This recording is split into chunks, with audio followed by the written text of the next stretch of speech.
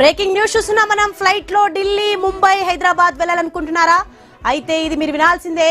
ఇక flight ticket ధరలు ఆకాశం అంటాయి, ఊహించని విధంగా పెరిగాయి. సంక్షోభం కారణంగా 2-3 రోజుల నుంచి ఇండిగో సర్వీసులు రద్దవుతున్నాయి.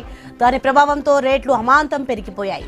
ఒక్కసారిగా ఇండిగో సర్వీసులు రద్దవుతుండటంతో ప్రయాణికులు ప్రత్యామ్నాయాలు చూస్తున్నారు. డిమాండ్ ఎక్కువ ఉండడంతో రేట్లను పెంచేస్తున్నారు విమానయాన సంస్థలు. రైట్, ఇదే అంశానికి సంబంధించి మరింత సమాచారం మా ప్రతినిధి స్వామి ఫోన్లో అందిస్తారు. స్వామి, మనం చూస్తున్నాం ఫ్లైట్స్ కు టికెట్స్ రేట్స్ పెంచినట్లుగా తెలుస్తుంది సడన్ గా. అసలు దీనికి సంబంధించిన డీటెయిల్స్ ఏంటి?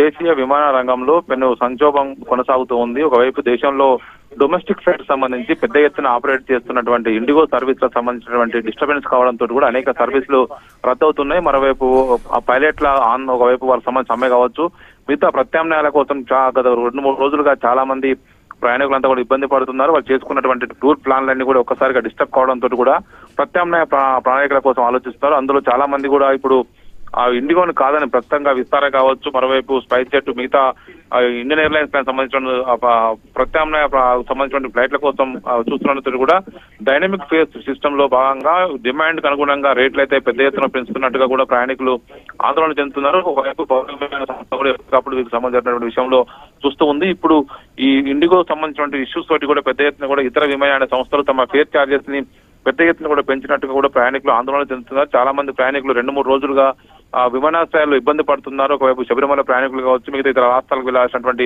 డొమెస్టిక్ ఫ్లైట్స్ అన్ని కూడా ఇబ్బంది కావడంతో కూడా ఈ సంక్షోభం నెలకొని ఉన్నది.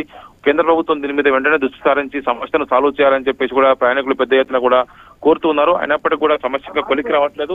దాదాపుగా 70% ఫ్లైట్లు ఇండిగో సంబంధించిన ఫ్లైట్లన్నీ కూడా ఇబ్బంది పడుతున్నాయి. దీంతో రేట్స్ అయితే పెద్ద ఎత్తున కూడా ఫ్లైట్ ఛార్జీల ఫేర్స్ పెరుగుతున్నాయని చెప్పేసి కూడా అందరూ ఆందోళన చెందుతున్నారు. Soni, right, thanks for information Swamy.